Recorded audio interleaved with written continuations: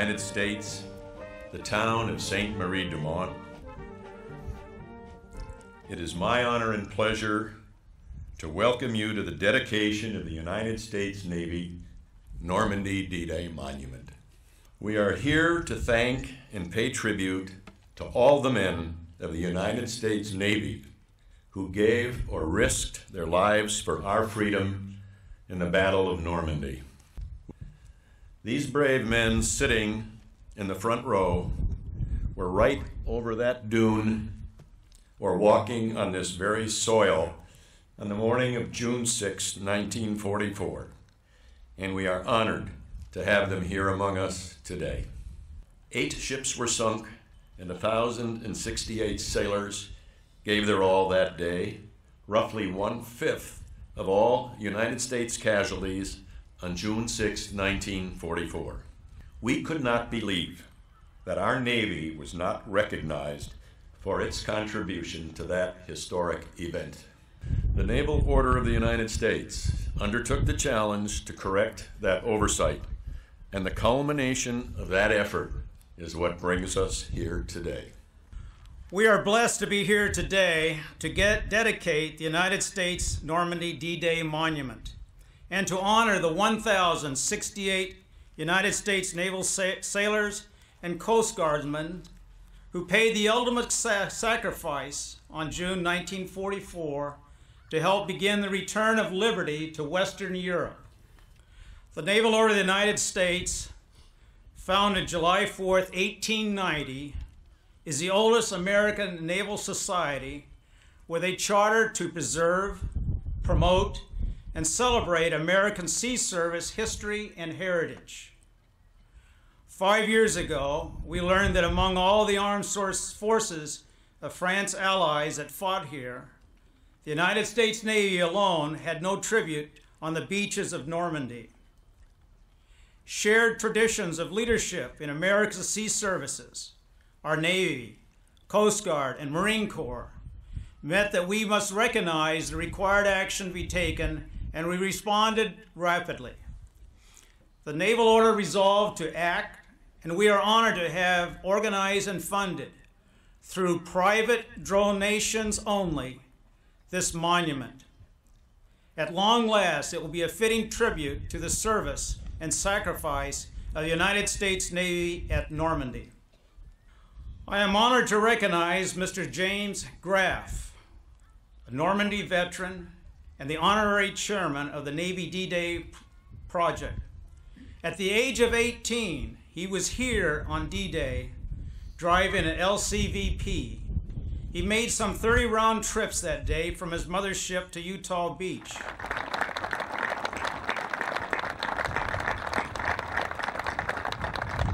Stephen Spears, our sculptor, whose magnificent design you will soon see in its rightful place, he worked tirelessly with an artist's love for his work and is truly to be commended.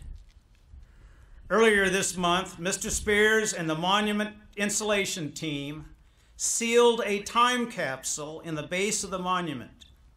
It contains historical articles and documents about the Naval Order and its work in seeing this monument dedicated.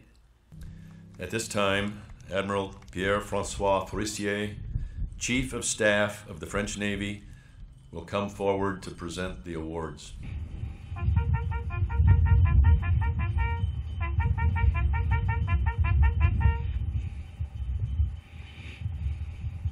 Et en vertu des pouvoirs qui nous sont conférés, nous vous faisons chevalier de la Légion d'honneur.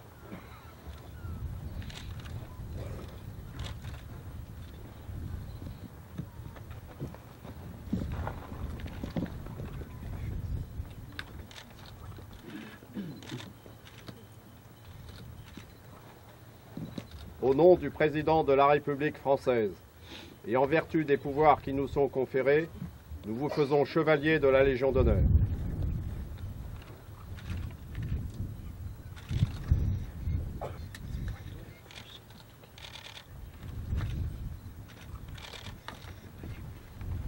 Au nom du Président de la République française et en vertu des pouvoirs qui nous sont conférés, nous vous faisons chevalier de la Légion d'honneur.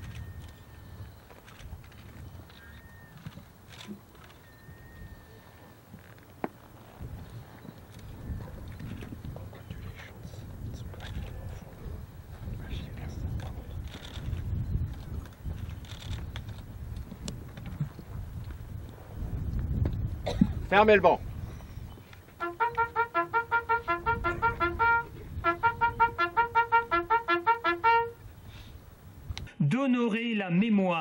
The actions of the air and ground forces were recounted and explained, but until now, no monument had paid tribute to the sailors and more particularly to the U.S. Navy.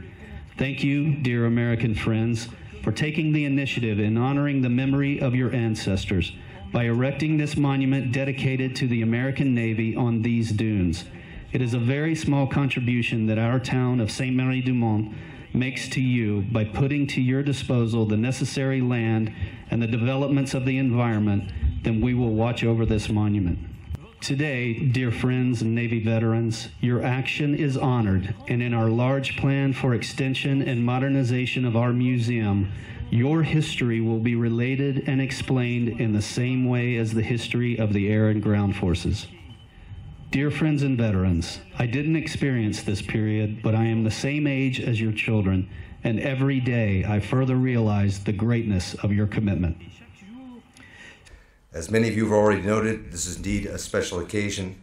For the first time in nearly 65 years, the men and women of the United States Navy will be recognized for their significant contributions to the Allied invasion of Normandy.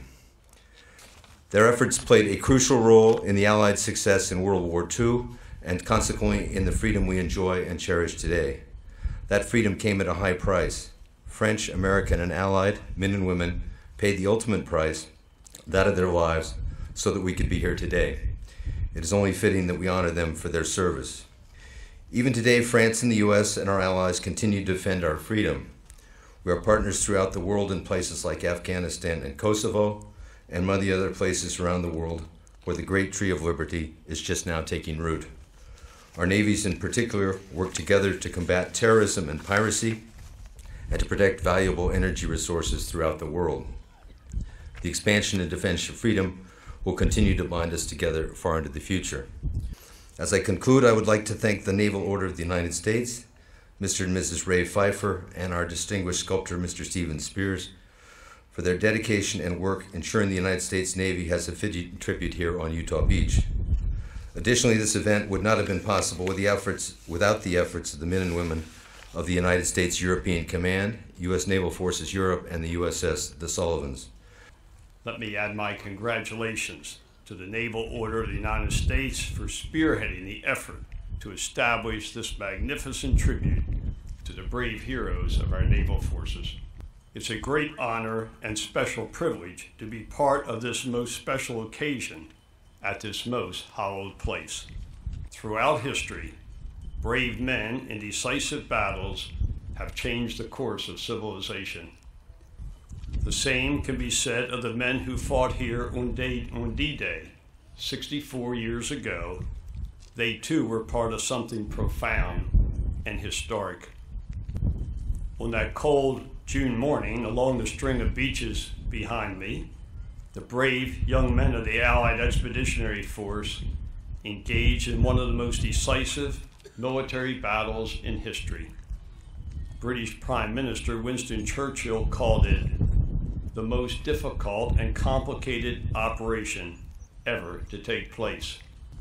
And none of it would have been possible without the support of Allied naval forces, which comprise the largest naval armada ever assembled. Nearly 200,000 men were transported to the shores of France by Allied ships and other craft, including the Higgins boats, which were so crucial to the success at Normandy.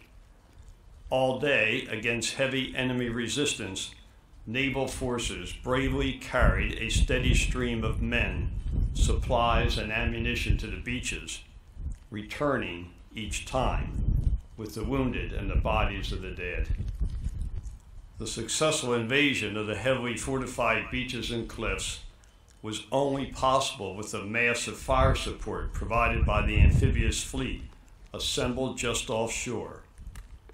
History will certainly record, and the world will long remember, the many contributions and sacrifices made by naval forces that day. The invasion was an unimaginable undertaking, and what makes it even more incredible is the realization that many of the young men were only 18 or 19 years old. They were new to the service, and most had never experienced even a moment of combat before that day at Normandy. Now suddenly, they were part of the most complex and consequential amphibious operation in history. The channel water was cold and littered with bodies. Men were crammed together in small transport craft headed towards the beaches. Yet somehow, in the midst of this chaos and carnage, each of them bravely did his duty. They were all heroes. But more importantly, along the beaches, they were a team. They were Americans, Canadians, French, Brits, and other allies, sailors, soldiers. They came from different backgrounds and faiths, but on this day, they were all brothers. The brave men who fought and died here on D-Day taught us all a profound lesson by their examples of courage and sacrifice. The lesson is that freedom must be fought for and defended by every generation. As President Ronald Reagan said, freedom is never more than one generation away from extinction. We don't pass it on to our children in the bloodstream. It must be fought for, protected, and handed on for them to do the same. God bless all those who serve the cause of freedom, and especially those standing to watch today in harm's way. Vive la France, and God bless America. Ladies and gentlemen, it is with honor and deep respect that the Naval Order of the United States dedicates this Navy D-Day Normandy monument. Please unveil the monument.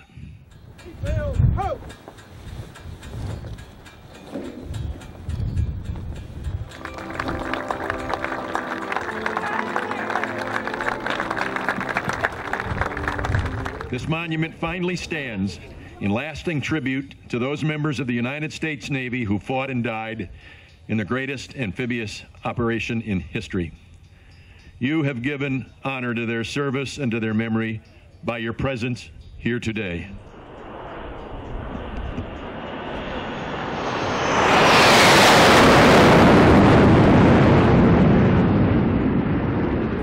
It's an honor to be here with you, sir. Thank you. Thank you so much. And I thank you very much for doing them a great honor in this beautiful, It's my pleasure, ma'am. It's an honor for me. It truly is an honor, and I'm sure it is. But to be able to do something that wonderful and to stand as a tribute forever to these